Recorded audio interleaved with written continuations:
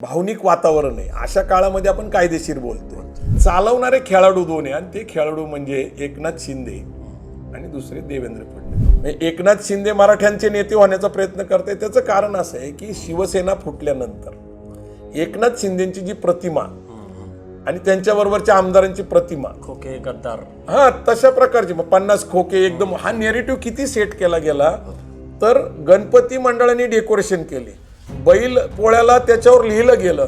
म्हणजे शेवटपर्यंत हा प्रचार जो झाला होता तो गेल्या 4.5 महिन्याच्या आरक्षणाच्या मुद्द्यामुळं तो विरून गेलेला आहे. म्हणजे आता एकनाथ शिंदेची प्रतिमा स्वच्छ झालेली. लोक विसरून गेले की शिवसेना फुटली होती, शिवसेनेचं नाव आणि धनुष्यबाण त्यांना दिलं गेलेलं आहे. याचा निश्चित मुख्यमंत्र्यांना फायदा झालेला आहे. पण हुशार माणूस मात्र देवेंद्र फडणवीस.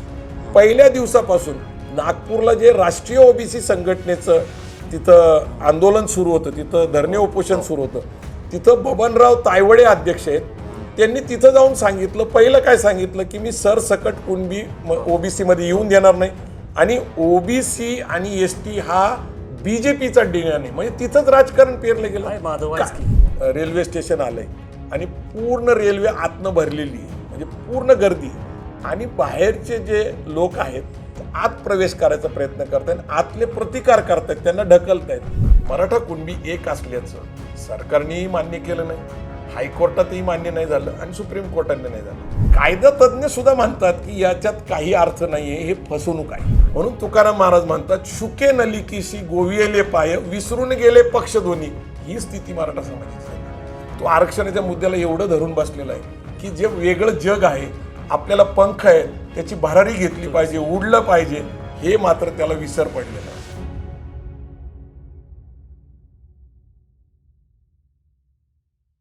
नमस्कार. बोलबेडू गप्पा याच्या नव्या एपिसोडमध्ये आपल्या सगळ्यांचं स्वागत. मनोज जरांगे पाटलांनी नुकतंच नवी मुंबईला जे आंदोलन केलं त्याचा धुरळा आता बऱ्यापैकी खाली बसू लागला आहे आणि त्याच्यानंतर नवीन काही मुद्दे किंवा प्रश्न जे आहेत ते उपस्थित होऊ लागलेले आहेत. म्हणजे खरोखर आरक्षण मिळालं आहे का किंवा आरक्षणाचा प्रश्न सुटला आहे का. स्वतः जरांगे पाटील पण म्हणतात की गुलाल जो आहे उधळलेला तो वाया जाऊ देऊ नका, जर अंमलबजावणी नाही झाली तर मला परत आंदोलन करावं लागेल. किंवा शिंदे म्हणतात की मी शब्द पाळला, पण दुसरीकडं छगन भुजबळ वगैरे अस्वस्थ आहेत. त्यामुळं नेमकं काय झालं आहे या आंदोलनाचं फलित, तपशीलवार चर्चा करण्यासाठी आपल्यासोबत या प्रश्नाचे अभ्यासक प्रवीण गायकवाड आपल्यासोबत आलेले आहेत. त्यांना आपण आज आमंत्रित केले. स्वागत प्रवीण दादा तुमचं. जय जिजाऊ. जसं मी म्हणालो की मतांचा गलबला आहे तो आपल्याला जाणून घ्यायचा तुमच्याकडनं एक एक. तुमची प्रतिक्रिया मी ऐकली पहिली. तुम्ही तर फार स्पष्टपणे सांगितलं की ही शुद्ध फसवणूक आहे मराठा समाजाची, एकनाथ शिंदेंनी जे काय केले ते. एवढी तीव्र प्रतिक्रिया तुम्ही दिलेली आहे, तर का तुम्हाला असं वाटतंय की याच्यामध्ये तथ्य नाही आहे, हे जे दावे केले जात आहेत सरकारकडून किंवा जरांगे पाटलांच्या समर्थकांकडून, तसं नाही आहे असं तुम्हाला का वाटतंय? नाही, मराठा सेवा संघ, संभाजी ब्रिगेड, छावा संघटना, मराठा महासंघ यांच्या सातत्याने राज्यस्तरीय ओबीसी आयोग जो आहे, इतर मागासवर्गीयांचा खत्री आयोग होता आणि त्याच्यापुढे आम्ही सातत्याने मांडणी करत होतो की मराठा आणि कुणबी एकच आहेत. आणि त्याला फलित आलं 1 जून 2004ला सुशीलकुमार शिंदे मुख्यमंत्री होते आणि त्यांनी अंतिमतः 83वी जात कुणबी याच्यामध्ये मराठा कुणबी आणि कुणबी मराठा लेवा पाटील यांचा समावेश केला. तर त्यावेळेसपासूनच गेली 20 वर्ष आम्ही सातत्याने मराठा कुणबी आणि कुणबी मराठा ज्यावेळेस आपण म्हणतो उलट सुलट किंवा व्हाईस वर्सा, तर याचा ध्वनित अर्थ असा होता की मराठा कुणबी एकच आहेत. मग अशा प्रकारचं जे काही मराठा कुणबी कुणबी मराठा म्हणणं आम्हाला मान्य नव्हतं, म्हणून आम्ही अशी दुरुस्ती सुचवली होती की कुणबी कॉमा मराठा लेवा पाटील असं करावं. परंतु खत्री आयोगाने एक निरीक्षण नोंदवून ठेवलं होतं की मराठा कुणबी कुणबी मराठा हे आरक्षण देत असताना पूर्वीचे ज्यांच्या नोंदी कुणबी आहेत परंतु त्यांच्या नंतर मराठा लागले त्यांच्यावर अन्याय होऊ नये आणि म्हणून त्यांनी ते मान्य केलं. आणि दुसरं त्यांनी काय सांगितलं की सरसकट मराठा समाज हा खुल्या वर्गातला ओबीसीमध्ये टाकण्यास त्यांनी विरोधच केला आणि त्यांनी असं निरीक्षण नोंदवलं की ज्या छोट्या छोट्या जाती ओबीसीमध्ये आहेत ते त्यावेळेस सुरुवातीला 272 होते, ते आता 380 झालेले आहेत, त्यांच्यावर अन्याय होईल असं निरीक्षण नोंदवलं. नंतर बापट कमिशन आलं, बापट कमिशन पुढं मागासलेपणा सिद्ध करायचा विषय आला, ते अमान्य झालं. नंतर बांटिया कमिशन आलं, नारायण राणे समिती आली, त्यांनी एक आरक्षण दिलं ESBC आता ESBCचं आरक्षण दिलं, पण ते नंतर 50% वर गेल्यामुळं ते सुप्रीम कोर्टात हायकोर्टात फेटाळलं गेलं. तर तीच प्रक्रिया पुढं झाली. मराठा क्रांती मोर्चे झाले. मराठा क्रांती मोर्चा 2016ला झाला. नंतर एक परत माजी न्यायमूर्ती मारुती गायकवाडांचा आयोग नेमला गेला. त्यांनी पण सर्वेक्षण केलं. 1063 पानं त्यांनी सादर केली महाराष्ट्र सरकारकडे. त्याच्यामधली 30 पानं वादग्रस्त अशी चर्चा त्यावेळी झाली होती. आणि ती होती मराठा कुणबी आणि कुणबी मराठा एक असल्याचे अनेक पुरावे, अनेक ऐतिहासिक पुरावे, ब्रिटिशकालीन पुरावे, धार्मिक पुरावे, हे सगळं करून जवळपास जास्तीत जास्त संख्येने आम्ही मराठा कुणबी विवाह झालेले, विदर्भ, मराठवाडा, विदर्भ, पश्चिम महाराष्ट्र, खानदेश असं. आणि हे सगळे दिल्यानंतर सुद्धा मराठा कुणबी एक असल्याचं सरकारनेही मान्य केलं नाही, हायकोर्टातही मान्य नाही झालं आणि सुप्रीम कोर्टाने नाही झालं. दुसरा जो मुद्दा होता तो असा होता की सोशल एज्युकेशनल बॅकवर्ड क्लास, म्हणजे ओबीसी काय, तर सोशल एज्युकेशनल बॅकवर्ड क्लास. तर ओबीसीमध्ये समावेश न करता 50%च्या वर गेल्यामुळं हायकोर्टात ते कसं टिकलं मला माहीत नाही. परंतु हायकोर्टाने सूचना केली की ते 11-12% करावं, म्हणजे शिक्षणात 12, नोकरीत 11. आणि मग ते नॅचरली सुप्रीम कोर्टात चॅलेंज झालं आणि सुप्रीम कोर्टामध्ये ते रद्द झालं. त्याच्यामध्ये असं सांगण्यात आलं की मराठा ही खुल्या वर्गातली जात आहे, ती मागासलेली नाही आहे. त्याच्यामध्ये निरीक्षण असं नोंदवलं सुप्रीम कोर्टाने की पूर्वी 1955चं काका कालेलकर आयोग, त्याच्यामध्ये 2,288 जाती होत्या. त्याच्यामध्ये मराठा समाजाचा समावेश नव्हता, म्हणजे तो परत खुल्या वर्गात राहिला. नंतर दुसरं BP मंडल कमिशन आलं, त्यांनी अहवाल सादर केला 1980ला. त्याच्यामध्ये सुद्धा मंडलमध्ये मराठा समाजाचा समावेश नव्हता, म्हणजे 2 वेळा राष्ट्रीय आयोग ज्यांनी सर्वेक्षण केलं त्यात मराठा समाज खुल्या वर्गातच होता. मग सुप्रीम कोर्टाने विचारणा केली की मग तुम्ही आता मागासले कसे ठरता, आणि महाराष्ट्रामध्ये खत्री आयोग आणि बापट आयोगचा आधार घेतला. त्यामुळे मराठा समाज आजही हा खुल्या वर्गात आहे, मागासलेला ठरू शकत नसल्यामुळं आता जी मागणी आहे सोयरे दायरे आणि मराठा कुणबी सरसकट, आता मराठा कुणबी सरसकट म्हटलं तर मराठ्याचं मागासलेपणा सिद्ध होत नाही आज तरी नाही. आता नवीन आयोग एक नेमलेला आहे, न्यायमूर्ती शुक्रे आयोग, त्याचं सर्वेक्षण महाराष्ट्रात चालू आहे जोरदारपणे. आता ते सर्वेक्षण कशासाठी चाललंय, तर मराठा समाजाचा मागासलेपणा सिद्ध करण्यासाठी. पण मला संशय आहे की जसं नारायण राणे समितीच्या आधारावर 50%च्या वर 16% दिलं, त्याच्यानंतर न्यायमूर्ती गायकवाड आयोगाने शिफारस केली ओबीसीची, पण 50%च्या वरच दिलं, सुप्रीम कोर्टात टिकलं नाही. तर हे सरकार कन्फ्यूज दिसतंय मला. आणि दुसरीकडं अजून सरकार सांगतंय की क्युरिटी पिटिशन आहे. आता क्युरिटी पिटिशनवर चर्चा झाली, ते न्यायमूर्ती 5 जे आहेत प्रमुख ते एकत्र बसले, 5-10 मिनिटं चर्चा झाली. आता नेमकं क्युरिटी पिटिशनचा इतिहास असा आहे 20 वर्षाचा, त्याच्यातनं फारसा कोणाला न्याय मिळालेला नाही. त्याचं कारण क्युरिटी पिटिशनमध्ये तुम्हाला नवीन सबमिशन करता येत नाही, नवीन काही पुरावे दाखल करता येत नाही, वकिलांना युक्तिवाद करता येत नाही. मग आहे तेच न्यायमूर्ती आपणच दिलेला निर्णय परत पुनर्विचार करून ते काही न्याय देऊ शकतात का, तर तसं होऊ शकत नाही, कारण त्यांच्या मेरिटचा प्रश्न असतो आणि त्यांनी विचारांतीच तो निर्णय दिला. त्यामुळे क्युरिटी पिटिशनचा आशा दाखवत आहे, त्याच्यात मला काय आशा दिसत नाही. म्हणजे क्युरिटी पिटिशन मान्य झालं तर SCBC 16% मान्य होईल, म्हणजे 11-12% जे न्यायमूर्तीचं. शुक्रे आयोगातनं काय होईल, मागासलेपणा सिद्ध होईल. आणि आता सरसकट बद्दल जे आता मूळ आपली जी चर्चा आहे ती अशी आहे की जी अधिसूचना निघाली 27 तारखेला, 27 जानेवारीला, तर तिचा अभ्यास केल्यानंतर मी आज सकाळी सरकारी कार्यालयामध्ये गेलो आणि तिथं जाऊन मी 2 जे पहिल्या अधिसूचना आहेत त्या पाहिल्या. सरकारी कार्यालयातच गेलो, ऑफिशियली गव्हर्नमेंट ऑफिसरकडे गेलो, त्यांच्या समोर ते वाचलं. तर 2012 आत्तामध्ये काहीही फरक नाही. मुळामध्ये हा अध्यादेश पण नाहीये, म्हणजे JR जे म्हणतात ते पण नाहीये, अधिसूचना आहे अधिसूचना मसूदा आहे आणि याच्यावरती हरकती मागवल्यात. बरोबर, इथूनच गोंधळ आहे. Yes yes. आणि सगळेजण तेच म्हणतात की यात नवीन काय आहे ते सांगा. केवळ सगळे सोयरे शब्द आला म्हणजे काय सगळं नाहीये, कारण त्यात पितृसत्ताक हाही शब्द आहे. आणि सगळे सोयरेमध्ये त्यांनी काय केलं तुम्हाला सांगू का, की सहजाती म्हणजे एकाच जातीचे. आता एका जातीचे कोण, कुणबी, मराठा कुणबीचा कुठंच उल्लेख नाहीये, मराठा शब्दाचाच GR मध्ये उल्लेख नाहीये. हा संपूर्ण चर्चेचा आशय जो दिसतोय की जे 54 लाख, आता ते 57 म्हणतात, 57 लाख कुणबी नोंदणी सापडलेल्या आहेत आणि त्यांचे नातेवाईक इतर जे मराठा आहेत त्यांच्याबद्दल सगळे सोयऱ्यांबद्दल मला खुलासा करावा वाटतो की नेमकं काय झालंय. कायद्याच्या कक्षामध्ये सगळे सोयरे शब्द नाही, रक्ताची नाती म्हणतात किंवा पॅरेंटेल म्हणजे वडिलांकडून आलेलं नातं, खापर पंजोबा वडील चुलते असं. आता ह्याच्यात समस्या काय आहे की मागणीच अशी आहे की जी पूर्वीचा इतिहास पाहिला तर ती अमान्य झालेली, म्हणजे सुप्रीम कोर्टात अमान्य झालेली. कारण खुल्या वर्गातला पुरुष असेल, मागासले वर्गातली स्त्री असेल, त्यांचा जर विवाह झाला तर मागासलेल्या स्त्रीचं आरक्षणाचे अधिकार अबाधित राहतात. आणि मागासलेल्या वर्गातला पुरुष असेल आणि खुल्या वर्गातली स्त्री असेल असेही विवाह झालेत, पण मागासलेल्या वर्गातल्या स्त्रीचे म्हणजे कुणीही वाईस वर्षा पुरुष किंवा स्त्री ती जर मागासलेल्या वर्गातली असेल तर तिचे अधिकार अबाधित राहतात. खुल्या वर्गाला त्याचा लाभ मिळत नाही. उदाहरण मला सांगायचं म्हटलं तर थोडंसं मी राजकीय का सांगतो तर लोकांना सहज समजावं. कैलासवासी विमल मुंदडा, आता मुंदडा नाव म्हटलं तर त्या जैन समाजाच्या उच्चवर्णीय माणसावर लग्न केलेल्या, त्या आरक्षित मतदारसंघातनं निवडून यायच्या म्हणजे केज मतदारसंघातनं. पण दुर्दैवाने त्यांचं निधन झालं आणि नंतर त्या पोटनिवडणुकीमध्ये त्यांच्या मुलांनी मागणी केली, परंतु त्यांच्या मुलाला आरक्षित वर्गामध्ये उभा राहण्यास संधी मिळाली नाही, कारण वडिलांकडून त्यांना जैन धर्माची जात आली होती.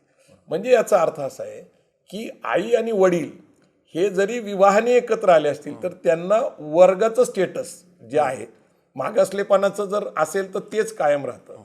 तर सगळे सोयऱ्यामध्ये अपेक्षा अशी केली जाते किंवा असं भासवलं जातं की कुणबी नोंदणी सापडलेले आहेत आणि त्यांचे नातेवाईक मराठा आहेत, त्यांना सुद्धा आरक्षण मिळेल. आणि त्यामुळे छगन भुजबळ जे आता चिडतायत किंवा त्यांचं म्हणणं बरोबर आहे की एकूण 52% आरक्षण आहे, कारण 3743 जाती देशात आहेत, म्हणजे 52-54% साधारण होतं, कारण 6000 जाती आपण मानतो. 52% लोकांना 25% आरक्षण कमी मिळतं. इंदिरा साहनी विरुद्ध भारत सरकारमध्ये 50%ची मर्यादा घातली, एकूण जागा निघाली तर 50%चं आरक्षण राहील, तर त्यात 27%च मिळतं. त्यात महाराष्ट्रात 94 पासूनच व्हीजेएनटी एनटी अ ब क ड करून 11% बाजूला काढलं, 19%च राहिलं. 19%मध्ये 380 जाती, त्यात परत आता कुणबी आणि कुणबीच्या एवढ्या नोंदीन परत सरसकट, तर ते प्रतिकार करायचा प्रयत्न करतायत. नेमकं कसं आहे की एखादं रेल्वे स्टेशन आलंय आणि पूर्ण रेल्वे आतनं भरलेली आहे, म्हणजे पूर्ण गर्दी, आणि बाहेरचे जे लोक आहेत ते आत प्रवेश करायचा प्रयत्न करतायत, आतले प्रतिकार करतायत, त्यांना ढकलतायत.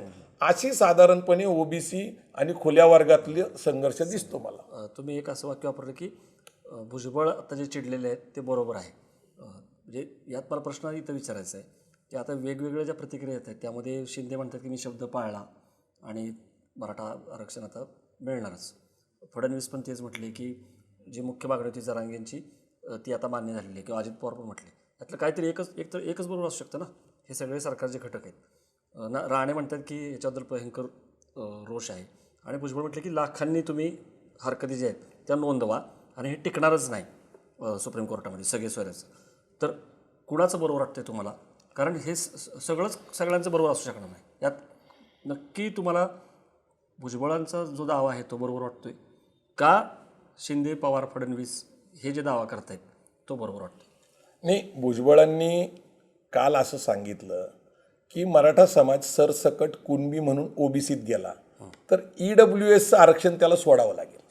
आता EWSचं आरक्षण 2019ला आलं, 22ला लागू झालं, ते 10% आहे.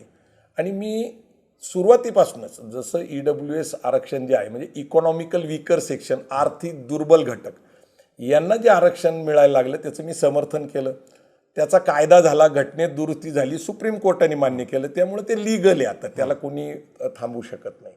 तर याच्यात काय अट आहे की जे खुल्या वर्गातले लोक आहेत त्याच जाती, आता मराठा आणि कुणबी यांचे नातेसंबंध सांगितलं तर कुणबी ओबीसी मध्ये आणि मराठा खुल्या वर्गामध्ये. आता मराठ्यांच्या वर कुठली जात येते तर एक कायस्थ येते आणि त्याच्यावर ब्राह्मण येते. म्हणजे मराठी माणसाच्या दृष्टिकोनातून विचार केला तर 3च जाती येतात. आता स्थलांतरित लोक काही असतील, काही ख्रिश्चन कन्व्हर्टेड असतील त्याच्यात उच्चवर्णीय असतील, किंवा मुस्लिम असतील त्याच्यात उच्चवर्णीय असतील, बौद्ध असतील त्याच्यात उच्चवर्णीय असतील, शीख असतील, परंतु ते लाभधारक नाही आहेत. मला जी काही माहिती उपलब्ध आहे सरकारकडून, मी सारथी संस्थेकडून जी काही माहिती मिळवली तर त्याच्यातनं असं लक्षात आलं की 8.5% नोकरीमध्ये 7.5% शिक्षणामध्ये 22-23 मराठा समाजाला लाभ झालेला आहे. आता भुजबळ जे म्हणतायत की त्याच्यावर पाणी सोडावं लागेल, मग त्याचा नंतर लाभ कुणाला मिळेल? आणि 19% एवढा मोठा समाज घेऊन जायचं म्हणजे आपण म्हणतोय 3 कोटी 32%, तर नॅचरली जो तो समूह आहे ओबीसीचा आजचा तो भयभीत झालेला आहे.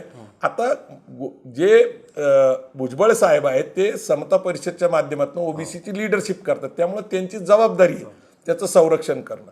परंतु मराठा समाजाला समाधानकारक आरक्षण मिळतं का? तर मला आज तुम्ही विचारलं तर आमचे गेले अनेक वर्षाच्या प्रयत्नातनं अभ्यासाअंती मराठा समाजाला 1 जून 2004 नंतर 83 विजात कुणबीमध्ये मराठा कुणबी मराठा 1967 पूर्वीचा पुरावा जर तुम्हाला मिळाला, वंशावळ जर जुळली आणि 4 नातेवाईक तुम्ही जर दाखवू शकला कुणबी समाजाचे, तर व्हॅलिडिटी सर्टिफिकेट मिळतं. प्रक्रिया सोपी नाही आणि खर्चिक आहे बरं का, हे पण लक्षात घेतलं पाहिजे. खर्चिक आहे, व्हॅलिडिटी सर्टिफिकेट मिळणं सोपं नाही. जरी नोंदणी सापडली, जुन्या नोंदणी सापडल्या, कारण त्या खापर पंजोबाच्या पूर्वीच्या आहेत, कारण त्या मोडी लिपीतल्या आहेत, तिथपासून आपल्या मुलापर्यंत त्याची नोंद वंशावळीने जुळवणं, त्याचे पुरावे देणे आणि 4 नातेवाईकाची अट आहे, ते त्याच सहजातीचे असले पाहिजे. लक्षात घ्या, आधी सूचना जी आता निघालेली आहे त्याच्यात सहजातीचा उल्लेख आहे, म्हणजे एकाच जातीचे.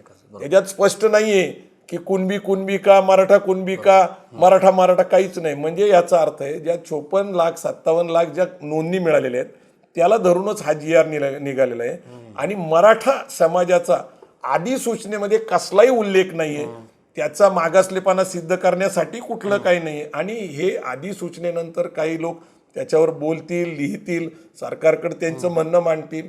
मग नंतर 2000 आता जो 16 आहे 2000 फेब्रुवारी 16 ला जे अधिवेशन घेण्यात येणार आहे असं सांगण्यात येतं की त्याच्यामध्ये आम्ही कायदा करू.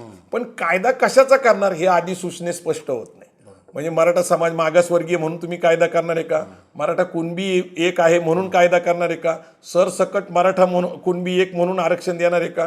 का सगळे सोयरे याची व्याख्या स्पष्ट करून तुम्ही करणार आहे का? आणि तसे अधिकार महाराष्ट्र सरकारच्या विधिमंडळाला आहेत का? आणि विधिमंडळामध्ये 2/3 बहुमत करून ते पूर्ण होऊ शकतं का? कारण मला संशय काय आहे, बीजेपी, काँग्रेस, शिवसेना 2 गट, राष्ट्रवादी 2 गट, बरं, विविध पक्षाचे, विविध जातीचे, विविध वर्गाचे लोक या वेळेस कशी भूमिका घेतात, त्यामुळे कायदा करणं मला अवघड दिसतं. विचारसरणी म्हणजे पृथ्वीराज चव्हाणांनी एकदा दिला तो टिकला नाही, नंतर देवेंद्र फडणवीसांनी दिला तो टिकला नाही, आता इजा तिजा, बरोबर ना? शिंदेचं नाही, ऑलरेडी 2 वेळा फसवणूक झालेली आहे. 50% वर आपण मागासलेपणा सिद्ध केल्यानंतर सुद्धा, सोशल बॅकवर्डनेसचं स्टेटस असताना सुद्धा जो वर्ग तयार केला गेला तो ओबीसीचाच वर्ग आहे. सोशली एज्युकेशनली बॅकवर्ड क्लास, म्हणजे सोशली एज्युकेशनली बॅकवर्ड क्लास म्हणजेच ओबीसी. पण ओबीसीचं स्टेटस मिळून सुद्धा 50%च्या वर दिलं, म्हणजे परत ते सुप्रीम कोर्टात हायकोर्टात स्क्रॅच झालं. आता सुद्धा मला 100% खात्री आहे की ज्या अधिसूचनेचा अभ्यास मी केला, काही कायदा तज्ज्ञांची चर्चा केली, काही लोकांचं मी ऐकलं, कायदा तज्ज्ञ सुद्धा म्हणतात की याच्यात काही अर्थ नाहीये, हे फसवणूक आहे. मग आता प्रश्न असा येतो की तुम्ही एवढ्या तपशीलवार आणि मुद्द्याने सांगितलंय कसं फसवणूक आहे किंवा कसं मृगजळ आहे आणि हा कायदा कसा करणार बहुमताने, हे सगळं. जरांगे पाटील किंवा त्यांचे समर्थक हे भाबडे आहेत असं म्हणायचं का? त्यांची अडचण झालेली आहे. एकीकडे ते म्हणतायत की हो, त्या 54 लाख ज्या नोंदी आहेत त्या सुद्धा आत्ता 54 लाख सापडले नाहीत, फक्त 28,000 सापडलेले, त्या सगळ्या जुन्या आहेत. म्हणजे त्यांना पण कुठेतरी माहिती आहे. त्यांची जी नंतरची प्रतिक्रिया आली की मी परत आंदोलन करीन, अंमलबजावणी झाली नाही तर, याचा अर्थ त्यांना पण कुठंतरी ह्याच्यामध्ये घोटाळा झालेला दिसतोय. तर काय आहे मग? असं असताना त्यांनी नवी मुंबईतून माघारी येणं आणि त्यांनी सुद्धा एक प्रकारे आता दिवाळी साजरी करू, परत एकदा जल्लोष साजरा करू असं म्हणणं, हे काय आहे? म्हणजे जरांगे पाटलांना कळत नाही खरोखर की त्यांना गुंडाळलेलं आहे एकनाथ शिंदेंनी. जसं अण्णा हजारेंचं आंदोलन व्हायचं आणि विलासराव फार कॉन्फिडेंट असायचे, तुम्ही बघितलेलं आहे, तसं आता शिंदे पण कॉन्फिडेंट दिसत आहेत की ते दऱ्याला होते, निवांत शेती वगैरे करत होते, आले ते आणि 3 वाजता पत्रकार परिषद घेतली, पहाटे सकाळी उठून त्यांनी स्वतःच गुलाल लावला वगैरे. तुमचं काय आकलन आहे? म्हणजे जरांगे पाटील त्यांचे पण आहेत ना समर्थक सगळे, त्यांच्या थिंक टँकमध्ये पण हे सगळे कायद्याचे अभ्यासक वगैरे आहेत, ते काय म्हणायचं, भाबडे आहेत का काय, काय झालं काय? नाही, आरक्षणाची मागणी का होती तर त्याचं मुख्य कारण आहे महागलेलं शिक्षण, परवडत नाही शिक्षण, दर्जेदार शिक्षण मिळत नाही, आणि दुसरं बेरोजगारी आहे. आणि शेती हे मुख्य व्यवसाय आहे मराठा समाजाचा, बहुसंख्य लोक शेती करतात आणि म्हणूनच त्यांच्या काही लोकांच्या नोंदी कुणबी सापडतात. कारण गंमत अशी आहे, मराठा ही जात आहे, मराठा हा वर्ग आहे, मराठा हा समूह आहे. समूह का म्हणतो तर राष्ट्रगीतामध्ये पंजाब, सिंध, गुजरात हे स्टेट्स आहेत, राज्य आहेत, त्याच्याबरोबर मराठा शब्द हा प्रदेशवाचक येतो, म्हणून प्रदेशवाचक मराठा शब्द, जात म्हणून मराठा, अशा दोन मराठा शब्दाचे अर्थ आहेत. आणि कुणबी ही जात आहे आणि कुणबी हा व्यवसाय आहे. तर आता जे मागणी करणारे लोक आहेत ना, हे प्रामाणिक आहेत, त्यांना आशा वाटते की आरक्षणातनं आम्हाला न्याय मिळेल, आमच्या मुलांना शिक्षण मिळेल, त्यांचं भवितव्य घडेल, त्यांचा काही दोष नाही आहे. परंतु नेमकं काय होतं, राज्यकर्ते चाणक्य असतात. जसं आपण बुद्धिबळाच्या पटावर आपण अनेक बघतो, म्हणजे प्यादी असतात, हत्ती असतो, घोडा असतो, उंट असतो, राजा असतो, राणी असतो, पण खेळणारे दोन खेळाडू त्यांना चालवतात. ते काही प्यादी चालत नाही, हत्ती उंट चालवत नाही, चालवणारे खेळाडू दोन आहे, आणि ते खेळाडू म्हणजे एकनाथ शिंदे आणि दुसरे देवेंद्र फडणवीस. हे मोहरे आहेत आणि हे नक्की नक्की. त्याचं कारण असं आहे की ज्या प्रकारचं आंदोलन प्रामाणिकपणे अगदी लोकांनी भरभरून, म्हणजे रात्री 3-4 वाजेपर्यंत सभा चालायच्या, किती उशीर झाला चालले, म्हणजे लोकांना या आंदोलनात विश्वास निर्माण झाला होता की आपल्याला न्याय मिळेल. परंतु सरकारमधले जे लोक आहेत, आता एकनाथ शिंदेंनी शिवसेनेच्या वर्धापन दिनी शिवाजी महाराजांची शपथ घेऊन सांगितलं की मी आरक्षण मराठा समाजाला देणार. दुसऱ्या दिवशी त्यांनी सांगितलं की ओबीसीला धक्का न लावता देणार. आणि आता जे अधिसूचना आली त्याच्यात कुठलंच दिसत नाही. आणि तरी म्हणतात की मी शब्द दिलेला पाळलाय, शब्द दिलेला पाळतायत, शिवाजी महाराजांना ते पाया पडतायत. तर हे सगळं बघत असताना दुसऱ्या बाजूला त्यांच्याच मंत्रिमंडळातले उपमुख्यमंत्री देवेंद्र फडणवीस मात्र सातत्याने आजही ते म्हटले, ते म्हणतायत की ओबीसीच्या आरक्षणाला धक्का लागून देणार नाही एक, पण ते दुसऱ्या क्षणी म्हणतात की बीजेपी असं होऊन देणार नाही, आणि तिसरं म्हणतायत की बीजेपीचा डीएनए हा ओबीसी आणि एसटी म्हणजे इतर मागासवर्गीय 52% जाती आणि 7.5% आदिवासी. डीएनए म्हणजे काय, मूळ जनाधार, म्हणजे पोलरायझेशन ऑफ वोट सुरू आहे, म्हणजे मताचं राजकारण सुरू झालेलं आहे. आपल्याला आरक्षणाचा मुद्दा हा सामाजिक न्यायाचा आहे का, तर नक्कीच आंदोलनकर्त्यांच्या दृष्टीने तो सामाजिक न्यायाचा आहे. पण राजकारणाच्या दृष्टीने 2014चा अनुभव, 2019चा अनुभव आणि 2014चा हा संपूर्ण राजकीय डाव टाकला जातो निवडणुकीच्या अगोदर, आणि मताचं विभाजन केलं जातं. बीजेपीला याच्यात अधिक फायदा दिसतो, कारण 52% आणि एसटी हे आज भयभीत आहे. आक्रमकपणे मराठा समाजाच्या सभा संमेलन होतात, त्याला प्रतिकार करण्यासाठी ओबीसीचे सभा संमेलन होतात. त्यांना ओबीसींना असं भासवलं जातं की आपल्या वाट्याचं सगळंच काढून घेतलंय. म्हणजे भुजबळ ज्या प्रकारे भाषण करतायत, प्रकाश शेंडगे ज्या प्रकारे भावना व्यक्त करतायत, लक्ष्मण गायकवाड जुन्या काळातल्या काही गोष्टी सांगतायत, यातनं ते संघटित होत चाललेत, भयभीत झालेले दिसतंय. आज छगन भुजबळांच्या घरामध्ये जी सभा झाली, त्यांनी सुद्धा महाराष्ट्रभर आंदोलन करायचं ठरवलंय. आता जी अधिसूचना निघालेली आहे त्याला प्रतिकार करायचं ठरवलंय. ते त्यांच्या परीने प्रतिकार करतायत. आंदोलनकर्त्यांना आशा वाटते मिळेल. पण मी एक अभ्यासक म्हणून मी स्वतः मराठी शूद्र पुस्तक लिहिलेले, विक्रमी विक्रीचं झालं, पण मागासलेपणा सिद्ध करण्याचे अनेक मुद्दे सादर केले. त्याच्यातच मराठा कुणबी एक असल्याचे पण पुरावे दिले गेले.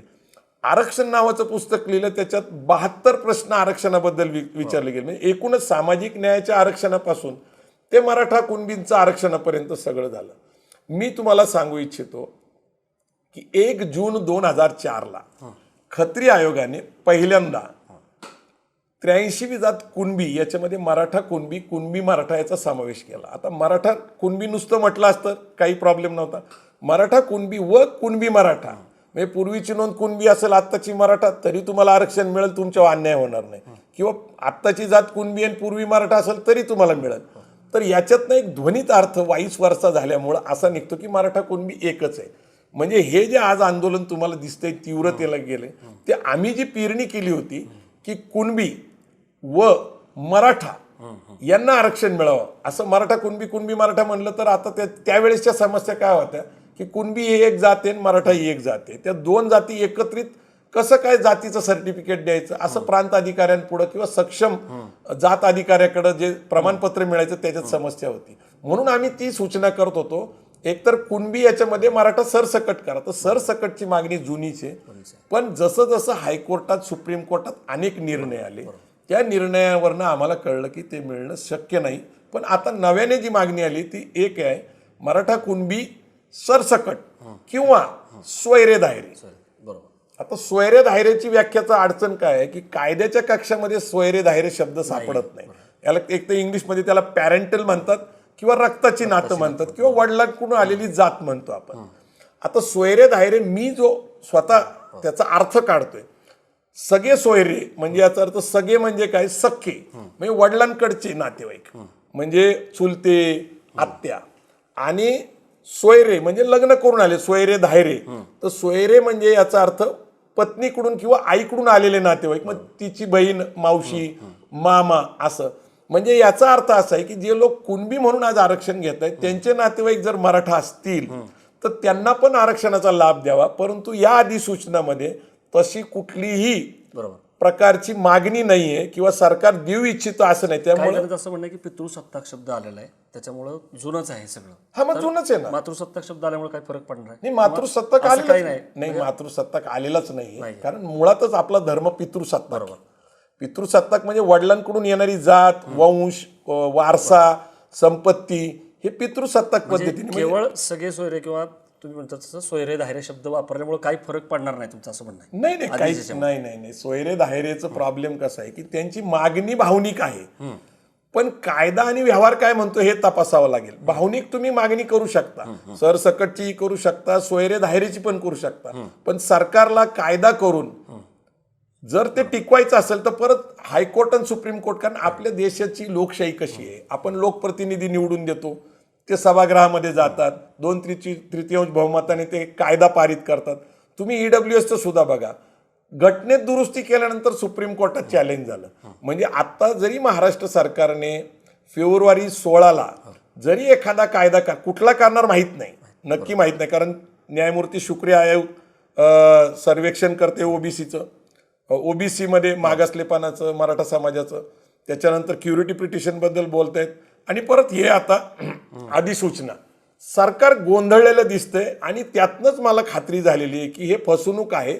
आणि लोकसभा आणि विधानसभा समोर असल्यामुळं मला तरी न्याय मिळण्याची शक्यता वाटत नाही. त्या प्रश्नाकडे परत येतो. त्याच्या आधी जसे आपण 3 पैलू तुम्ही म्हणाला, एक आपण बघितला यातला सगळे सोयऱ्यांचा जो मुद्दा होता तो बघितला आपण, क्युरेटिव्ह पिटिशनचा पण तुम्ही मुद्दा सांगितला की तिथं शक्यतो न्यायमूर्ती आपला अहवाल बदलला. तिसरा आता सामाजिक सर्वेक्षण. हे जे सर्वेक्षण सुरू आहे, अनेकांचं म्हणणं आहे की जर आरक्षण दिलं तर मग आता हा परत कशाला तुम्ही सर्वेक्षणाचा गाड घालताय. बरोबर. आणि ते जे लोक करतायत त्यांची पात्रता, ते जे प्रश्न आहेत 180 त्याच्यावरनं पण वाद सुरू आहे. तुम्ही वाचला असेल. त्याच्यामध्ये आता काही जण तर म्हणतात की आम्ही लाथा घालू, येऊच नका आमच्याकडं. तर मला ह्याच्यावरती पाहिजे तुमचं म्हणणं. या सगळं हे सर्वेक्षणाला धरून हे जे काय मुद्दे आहेत सगळं सांगा. की मुळात हे सर्वेक्षण हा फारसा आहे का? जर तुम्ही सांगितलं तर नारायण राणे समितीने पण काहीतरी काही गडबडीत केलं, ते टिकलं नाही. अनेकांनी आरोप केला की ह्याच्या आधीचा सगळा आयोगच बदलला, सदस्य पण बदलले, आता आपल्या मर्जीचेच आपले आदेश ऐकतील असेच लोक बसवलेत असा आरोप आधी सदस्यांनी केला, हक्के आणि सगळ्यांनी. बरोबर ना? बरोबर. पहिल्या लोकांनी राजीनामा दिला. मला हे सगळं सांगा की त्यामुळं ही सगळी बनवाबनवी इथं दिसते का या सर्वेक्षणाच्या निमित्ताने पण? म्हणजे नेमलेले सदस्य मर्जीतले जे प्रश्न येत आहेत, जे लोक येत आहेत, ते कोणी कर्मचारी आहे, कोणाला काही पहिलीत आहे, कोणी महापालिकेमध्ये, आणि ह्या ज्या लोकांच्या प्रतिक्रिया लागल्यात की येऊच नका आमच्याकडं, आम्ही भरणारच नाही. सांगा काय ज्या प्रकारचं सर्वेक्षण सुरू आहे त्याच्यात नेमकं कसं आहे की कालेलकर आयोग ज्यावेळेस होता त्यावेळेसचे निकष, मंडल कमिशनमधले निकष बदलत गेले. मंडल कमिशनच्या वेळेस 13 निकष होते आणि ते ग्रामीण भागाशी जास्त सुसंगत होते. आता आपण 21व्या शतकात आहोत, 2024 आहोत, आणि मग सर्वेक्षणाचे नियम बदलले. मग ते काय विचारतात, तुमच्या घरात TV आहे का, तुमच्या घरात फ्रीज आहे का, तुमच्या घरात इस्त्री आहे का, तुमच्या घरात AC आहे का, तुमचं घर कॉन्क्रीटचं आहे का, तुम्ही नोकरीला कुठे आहे का, तुम्ही बेरोजगार आहे का, असं जे प्रश्न विचारले गेले ते सुसंगत दिसत नाहीत. पहिली गोष्ट आजच्या तारखेला. बरं, सांगणारा खरंच सांगतो का याचंही खरं नाही. घेणार का असं म्हणतात कोण खरं सांगेल. आणि दुसरा मुद्दा काय आहे की मराठा समाजातल्याच लोकांना विचारतात का? नाही, मराठा समाजाच्या बरोबर इतर ब्राह्मण समाजाच्या सुद्धा लोकांना विचारलं गेलं. म्हणजे केतकी चितळेंनी त्याच्यावर पोस्ट लिहिली, पुष्कर जोगनी लिहिली. म्हणजे याचा अर्थ आहे की ज्यांना सर्वेक्षण करायला सांगितलंय त्यांना नक्की कशाचं सर्वेक्षण करायला सांगितलंय? सगळ्या खुल्या वर्गाचं सांगितलंय का निव्वळ मराठा समाजाच्या मागासलेपणाचं सांगितलंय? तर हे थोडंसं कन्फ्यूज दिसतंय. प्रश्नावळीच खूप गमतीशीर आहे आणि ती खूप मोठी आहे. आणि एवढ्या महाराष्ट्रामध्ये 3 कोटी लोकांचं सर्वेक्षण करणं म्हणजे 32% जर म्हटलं तर ते मला कठीण वाटतं. तर हा निश्चितच फार्स आहे, वेळ काढूपणा आहे. पण परत परत मी तुम्हाला सांगतो की एकाच वेळेस आरक्षणाचे 3 मुद्दे यापूर्वी कधी आले नव्हते. त्यामुळं सरकार काय किंवा एकूण परिस्थिती काय ही कन्फ्यूज आहे, मी गोंधळलेली आहे. आणि अशा काळामध्ये आपण जे अधिसूचनेचा विचार करतोय तर ते पण मी तुम्हाला जे सांगतोय की त्यातनंही वेळ काढू. म्हणजे सरकारच्या अंगावर आलं की समजा आता अधिसूचनेचं आलं की ते म्हणतात आम्ही क्युरिटी पिटिशनवर आशा आहे, क्युरिटी पिटिशन आलं की ते म्हणतात न्यायमूर्ती शुक्रेनवर आशा आहे. म्हणजे कसं तरी करून तुम्हाला द्यायचंय.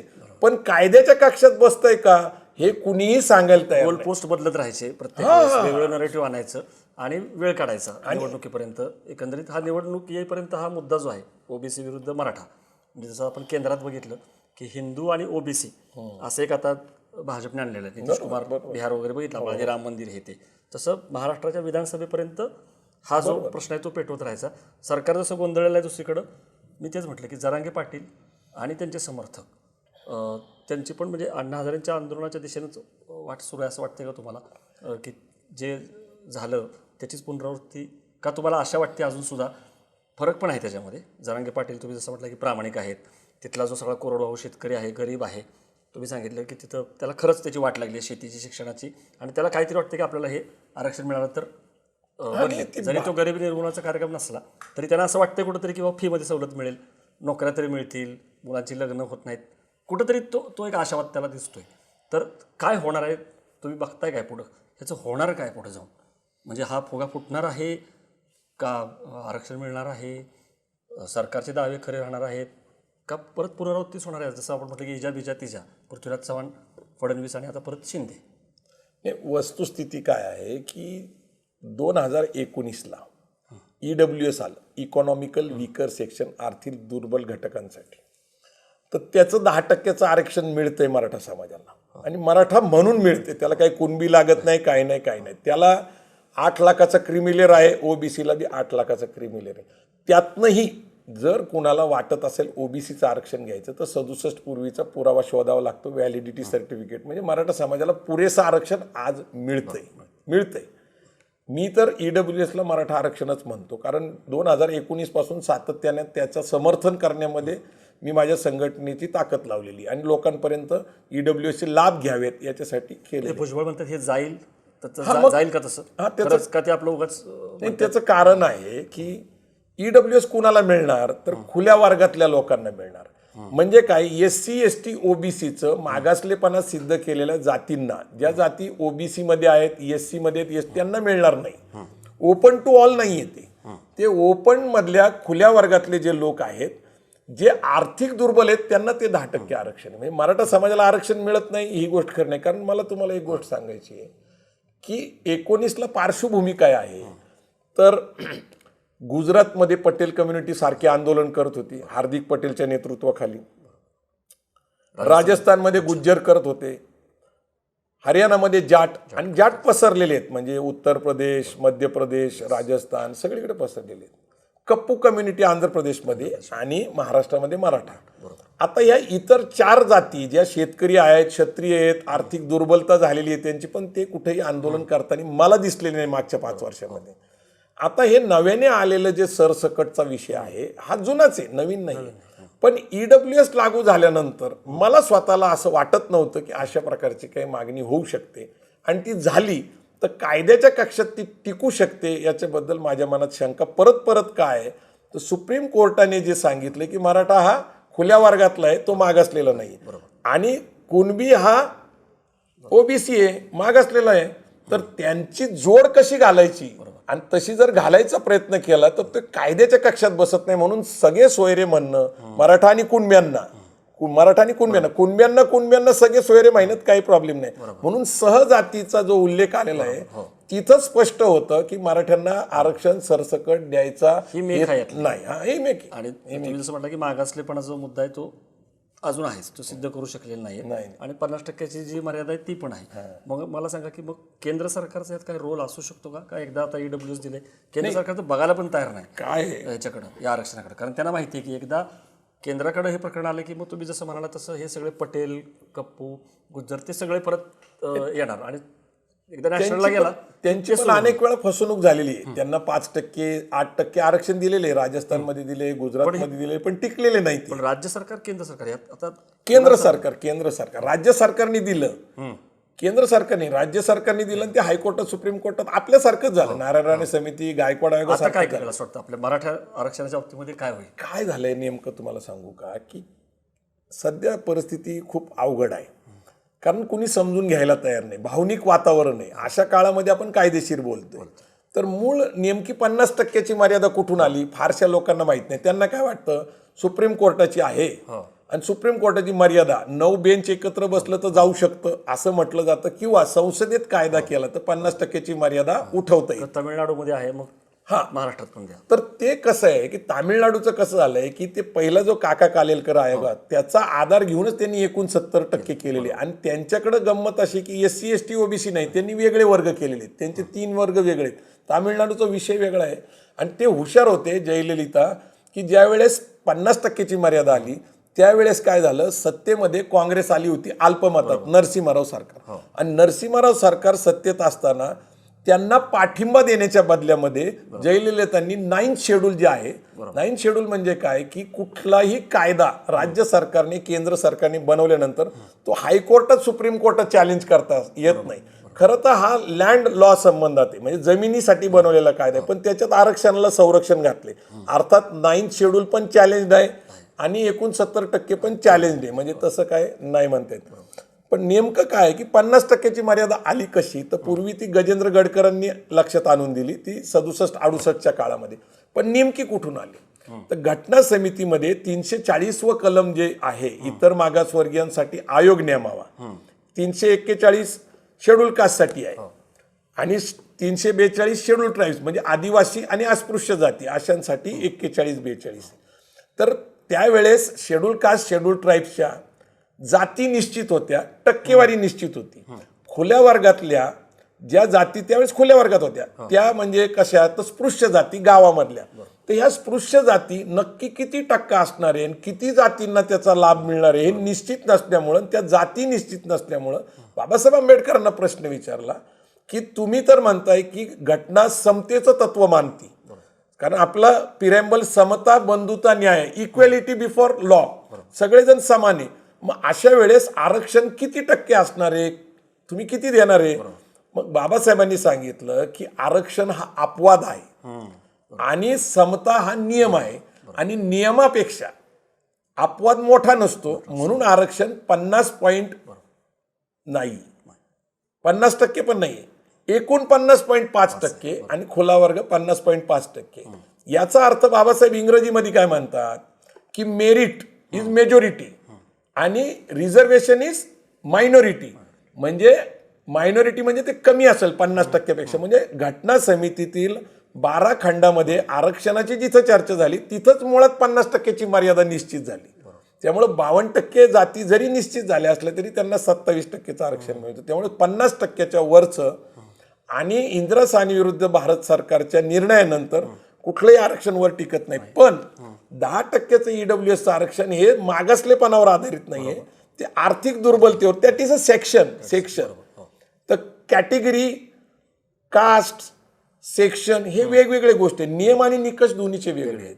तर त्यामुळं सरकार आता नक्की गोंधळलेलं दिसतंय. एक तर खरं बोलत नाही. मी तुम्हाला आज धाडसाने सांगण्याचा काय प्रयत्न करतोय की EWSच्या आरक्षणाने समाधानकारक प्रतिनिधित्व मराठ्यांना मिळतंय आणि जर ओबीसीचं पाहिजे, पण त्यात परत गंमत आहे की ओबीसीचे लोक काय म्हणतायत, सध्या आरोप करतायत की यांना राजकीय आरक्षणाचा पण लाभ घ्यायचा, जो घेतलेला आहे. पुण्यामध्ये तुम्हाला माहिती आहे 12 नगरसेवक कुणबी होते, महापौर कुणबी होते. म्हणजे ओबीसीत गेलं की कुणबी माणूस परत ते पद घेतो, जिल्हा परिषद अध्यक्ष असेल, महापौर असेल.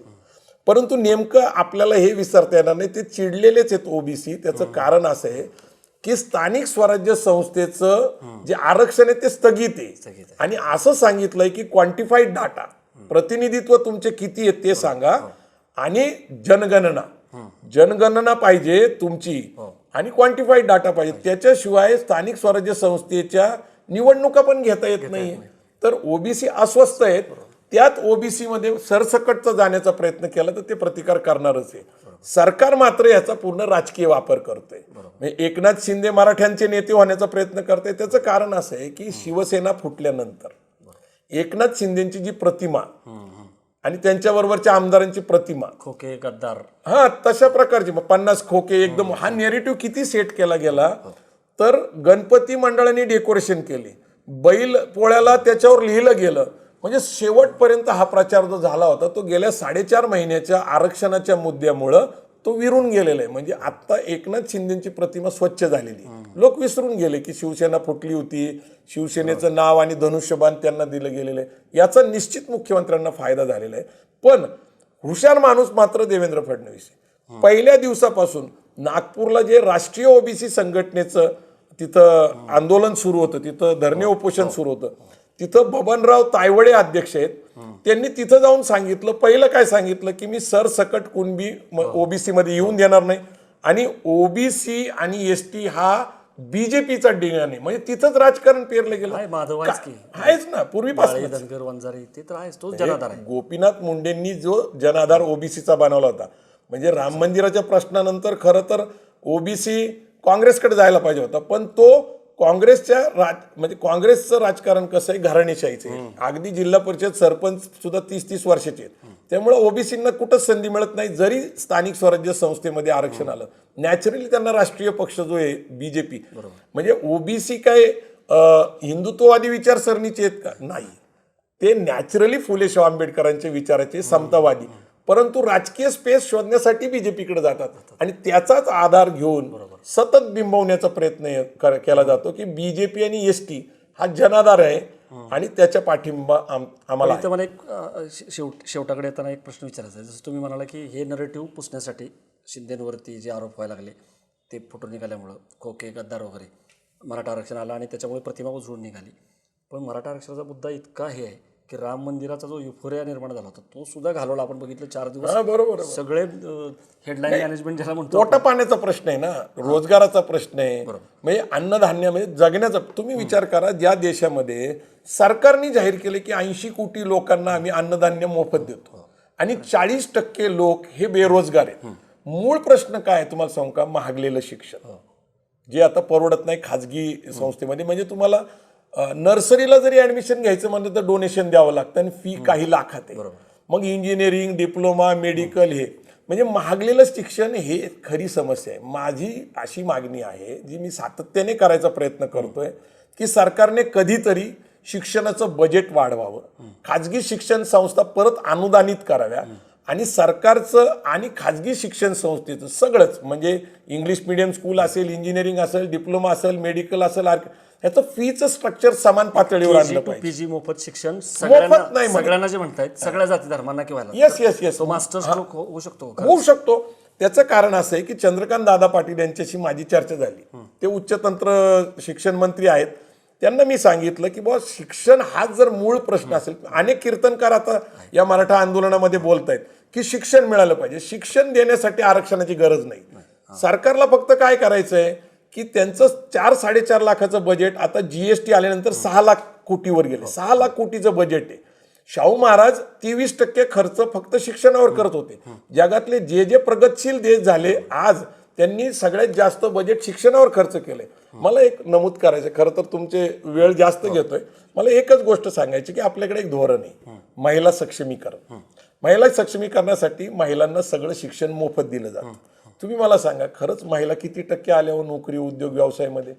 माझं स्वतःच्या कुटुंबामध्ये 9 महिला आहेत विवाह करून आलेल्या माझ्या पत्नी सहित. सगळे ग्रॅज्युएट, डबल ग्रॅज्युएट आहेत. एकही नोकरी उद्योग करत नाही. माझ्या सख्या चुलत बहिणी आहेत, सख्खी बहीण, या सगळ्या ग्रॅज्युएट आहेत. लग्न करून गेल्या, त्या कुटुंबामध्येच रमलेले आहेत. म्हणजे महिलांसाठी 3-3, 4-4 हजार कोटी रुपये आपण खर्च करतो त्यांच्या सक्षमीकरणासाठी.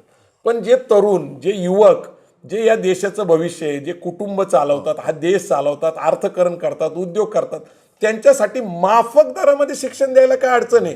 कारण त्यांना आज जरी तुम्ही सवलत दिली तर त्यांच्या कष्टाने निर्माण होणारा जो देश आहे तो परतावा देणार आहे ना. पण ते महागलेलं शिक्षण ही आरक्षणाची मूळ समस्या आहे. आणि त्यानंतर बेरोजगारीवर कसा उपाय काढणार. कारण सरकार आता सरकारी नोकरी काढत नाही. देवेंद्र फडणवीस 2014ला सत्तेत आले, सांगितले 76,000 सरकारी नोकरी भरती करू, अजून केलेली नाही. सरकार काय करतंय, कंत्राटी पद्धतीने नोकर भरती करते. जिल्हा परिषद असेल, पंचायत, अगदी तहसीलदार. आणि केंद्र सरकारने तर 80 ब्युरोक्रॅट्स UPSC पास न झालेले सामावून घेतले सरकारच्या नोकरीमध्ये. तर याचा अर्थ असा आहे की आपण मंडल कमिशन 90ला स्वीकारलं, 91ला जागतिकीकरण, खाजगीकरण, उदारीकरण, बदललेलं जग, बदललेली स्पर्धा याचा विचार करता आज खरं तर आरक्षणाच्या पलीकडे विचार करणं गरजेचं आहे. उद्योग, व्यवसाय, नोकरी, अर्थकरण याच्याकडे खरं समाज जाणं गरजेचं आहे. परंतु आजही मानसिकतेत बदल व्हायला तयार नाही. म्हणून मला एक तुकाराम महाराजांची ओवी आठवती. तुकाराम महाराज काय म्हणतात की एक पोपट आहे, त्याला पिंजऱ्यात वर्षानुवर्ष बंदिस्त केलेले, आणि तो जो पाईप आहे त्याच्यामधला जो नळी आहे त्या नळीला तो घट्ट धरून बसलाय वर्षानुवर्ष. आणि त्याला इतकी भीती आहे की जर तो नळी सोडली तर तो खाली पडल. त्याला माहीतच नाही की आपल्याला पंख आहे, कारण वर्षानुवर्ष पिंजऱ्यात बंदिस्त आहे. म्हणून तुकाराम महाराज म्हणतात, शुके नलिकीशी गोविले पाय, विसरून गेले पक्ष दोन्ही. ही स्थिती मराठा समाजाची झाली. तो आरक्षणाच्या मुद्द्याला एवढं धरून बसलेला आहे की जे वेगळं जग आहे, आपल्याला पंख आहेत, त्याची भरारी घेतली पाहिजे, उडलं पाहिजे, हे मात्र त्याला विसर पडलेला आहे. बरं, प्रवीण गायकवाड, तुम्ही फार तपशीलवार आणि मुद्देसूद ही सगळी चर्चा केली आणि तुकाराम महाराजांच्या वहीवरतीच आपण शेवट करूयात. खूप धन्यवाद तुमचे, तुम्ही आलात आणि जे वेगवेगळे जे पैलू आहेत, जसं सगळे सोयरे असेल किंवा सोयरे दायरे किंवा सर्वेक्षण असेल किंवा क्युरेटिव्ह पिटिशन, कशा पद्धतीनं सरकार गोंधळात आहे का, गोंधळ उडवून देते, आणि जरांगे पाटील आणि या सगळ्यांचं पण तुम्ही काय आहे, किंवा जो मराठा समाज आहे तो कसा भावनिक विचार करतोय, हे सगळं तपशील सांगितलं. खूप धन्यवाद. या कार्यक्रमामध्ये आपण इथंच थांबूया. तुम्हाला ही चर्चा, या गप्पा कशा वाटल्या ते तुम्ही कमेंट बॉक्समध्ये प्रतिक्रिया देऊन नक्की कळवा.